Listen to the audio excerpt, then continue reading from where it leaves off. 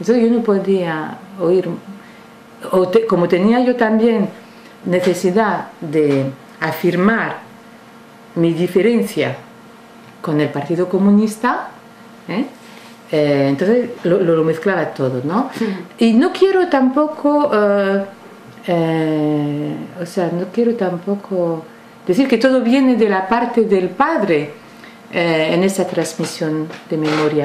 También es mi responsabilidad de ser capaz. El padre no puede dar lo que el otro no puede oír. Es un juego muy complicado. O sea que tú no puedes oír si el otro no se arriesga a una palabra personal. Pero el otro no se puede arriesgar si no hay alguien enfrente que pueda recibir, que se comprometa. Es bidireccional, ¿no? Es muy complicado esto. Bueno, lo que pasó es que es muy interesante porque finalmente tú ves que puedes tener mucho ruido en el meeting, con el escenario, el discurso, el partido, las banderas y tal y cual, y no oír nada. Y estar en un parque idiota y ahí puedes oír. O sea que tampoco es cuando hay mucho discurso y mucho discurso un poco formatado, ¿sabes? Que puedes oír la experiencia personal que alguien hizo de la resistencia. Bueno, entonces ocurre eso, que también una cuestión de madurez o no sé qué, que yo comprendo toda la profundidad de esta experiencia y sobre todo el escándalo que representa el que ellos no fuesen reconocidos como resistentes antifascistas. Y de este momento a mí me parece insoportable, ¿no? Y pues, después es un camino pues de volver a este país que es como un país subterráneo, ¿sabes? De mi España, digamos, que siempre ha sido ahí, pero que siempre ha sido cubierta de una cierta forma, y de entrar en mi memoria personal. O sea que es pasando por la memoria individual y personal que yo voy a encontrarme con una dimensión colectiva, no es el contrario, es así. Y entonces... En ese relato, en el relato de tu padre en la cita del parque, sí. No, para que si puedes dar una idea de cómo fue y de qué temas trató y de, sobre todo esa imagen de Girón, cómo sale como una necesidad en esa reafirmación de la importancia y el valor de la guerrilla antifranquista, ¿no? Cómo surge la figura de Girón y cómo le surge a él a través de la figura de Girón esa emoción personal que hace que de verdad esté por primera vez hablando Kiko el guerrillero ante su hija Odette.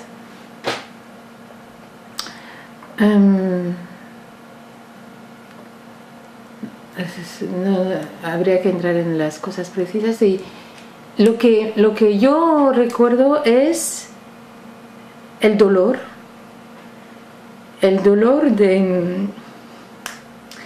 me emociona aún, ¿sabes? Tú ves este hombre que tiene ya, no sé qué edad tendría, ya 70 años, y que en él está resonando la voz de este joven de 27 años que ha perdido su compañero, ¿sabes? Y yo pienso de que es como si mi padre hubiera llevado consigo un duelo que nunca lo hizo. Y que el peso de ese duelo yo lo recibía. No sabía que lo recibía, pero lo recibía. Si no, no puedes explicar por qué me estoy pasando más de 10 años trabajando sobre esto, ¿sabes? Bueno, es una frase un poco lógica, pero de lógica, digamos. Pero yo pienso que había una cosa así, de que lo que más me recuerdo de este momento en el parque es esto. Yo pienso de que mi padre no pude nunca decir en ninguna parte lo que era perder ese compañero. No solamente perder una batalla política, sino también perder esos lazos de amistad, de compañerismo, de solidaridad, de esa experiencia humana tan fuerte que es también inventar otro tipo de relación, ¿sabes? Y que entonces no es combatir el franquismo, también, no, es también encarnar otro mundo posible, otro tipo de relación humana. Y entonces ya no es el bla bla de la doctrina, las cosas son sensibles, es carne, es hombres en la historia, pero hombres enteros, ¿sabes? Y yo pienso que, ¿por qué he oído en este momento más que antes? Es que la necesidad de, bueno, la vida como es, pero también una cierta ortodoxia, una cierta imposición de discurso que todo el mundo repite y parece que el sujeto está ausente del discurso. Soy un poco radical cuando digo esto, pero a mí me parece que lo que pasó es esto, es que ahí hay una vinculación entre la dimensión política, ideológica, los valores y la experiencia humana. Y tampoco era la mitificación, no, era la presencia. O sea que Girón está presente como un fantasma en mi vida, ¿sabes? Porque está ahí, en la memoria de mi padre, de manera muy sensible, y que por mucho que le hagas la biografía y toda cosa muy objetiva, no vas a tocar esa huella sentimental, afectiva y política a la vez que existe en mi padre y que yo la recibí pero plenamente. Y entonces era aquel dolor. Y después cuando estuve trabajando después un poco con mi padre recogiendo testimonio y tal, me pareció muchas veces he pensado que yo quizás no sea la única persona, pero pienso que soy una de las personas que recibe todo aquel dolor de perder todos estos compañeros, toda esa experiencia de la historia de la represión.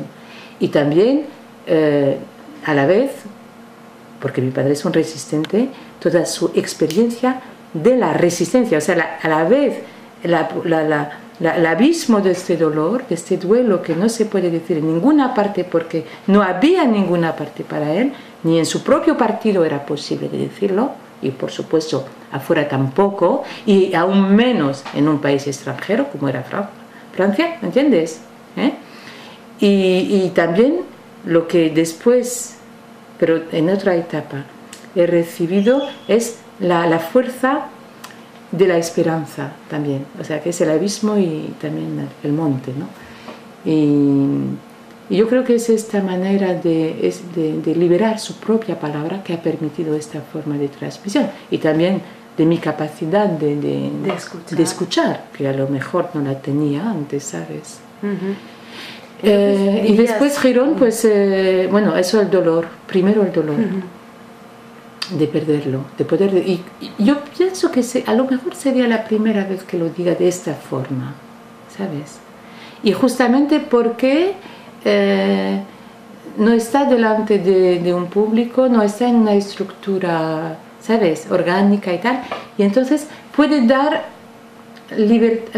expresión a una parte de sí mismo, que es justamente esta experiencia, y que es para mí...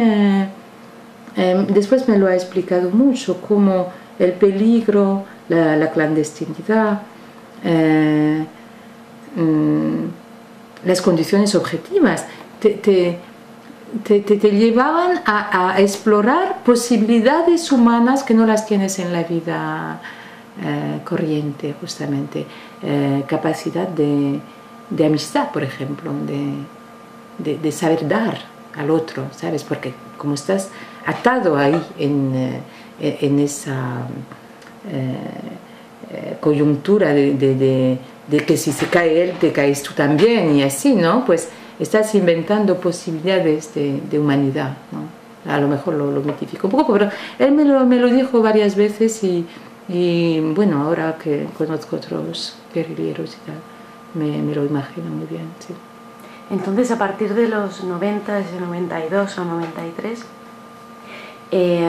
Odette Martínez, digamos que se convierte en parte activa de esta transmisión de la memoria, porque a diferencia, y por lo que pienso, a lo mejor me equivoco, eres la persona que dentro de ese reducto familiar, de ese núcleo familiar que eres tú y tus dos hermanas, a pesar de que tomas distancia en un momento dado de tu vida y de hecho te refugias en esa identidad francesa, que es también, por otra parte, romper, no totalmente, ¿no?, pero romper una parte muy importante de ti misma con ese pasado antifranquista, clandestino, comunista, todas las dimensiones que pueda tener esa identidad familiar. Después es en el 92, cuando recibes como esa transmisión directa de Kiko, de padre a hija, de joven guerrillero a destinatario, de algún modo, el que fuera, uno que estaba preparado para escuchar, es cuando tú de repente tomas conciencia de que tienes una necesidad, ¿no?, o un deber, sí, de ayudar a tu padre en este trabajo de transmisión de memoria, ¿no? Sí, sí, sí, completamente. Y a partir de aquí comienza una etapa en la vida de Odette Martínez, que es trabajar estos temas, ¿no? ¿Y cómo comienza esa nueva etapa? Pues, ¿Cómo funciona? ¿Con qué tipo de mecanismos? Sí, sí. Yo quería decir también una cosa que, bueno, a lo mejor... es que para mí era, bueno, el escándalo de que resistentes antifascistas, o sea, lo mejor, estén tirados en el olvido, era un tal escándalo, es que como un desorden en el mundo, ¿sabes? Y también lo que recibí en este momento era la herida de este padre, y yo necesitaba participar en una reparación, que es a la vez una reparación íntima y a la vez política, ¿no?, colectiva, ¿no? Pero es muy vinculado, ¿no? O sea que no es deber que yo me voy a sacrificar, no, es una necesidad de cierta forma. Esa identidad de resistente antifascista era ya mi columna vertebral, si quieres, mi identidad profunda, mucho más profunda que de todo lo que he construido después en esta cultura francesa, pero también era un juego de que yo sentía mi responsabilidad de reparación y de volver a darles a ellos el lugar que les corresponde. Una necesidad vital, ¿no? No era así de manera ideológica, no, era vital. Es que yo no puedo vivir en un mundo donde la gente, la mejor gente, quede tirada en el desprecio social, ¿no? Y vienen ocupando todo el espacio, pues ahí los capitalistas, lo que están haciendo dinero, los Pinochets y toda esta mierda, ¿no? De gente que no tiene valores. Entonces era ya también, como decir, una necesidad personal también, ¿no? Y entonces sí, la cosa está muy clara. Entonces mi padre me ayudó, hizo todo lo posible para que yo sepa usar de la palabra, del lenguaje, escribir, leer, tal. Entonces eso son herramientas, y utilizar esto como pueda, y eso era inventar, para abrir espacios que les dé la palabra, que sean visibles, que se pueda oír, abrir espacios de transmisión. Bueno, pues después ya es el trabajo de ir a recoger estos testimonios orales, por supuesto orales, porque este pueblo de resistencia no eran muchos, algunos tenían capacidades de escribir relatos personales y tal y cual, pero la mayoría como eran guerrillas en el mundo rural y todo, gente que para transmitir tiene que ser con la cámara, tiene que ser filmando los testimonios, ¿no?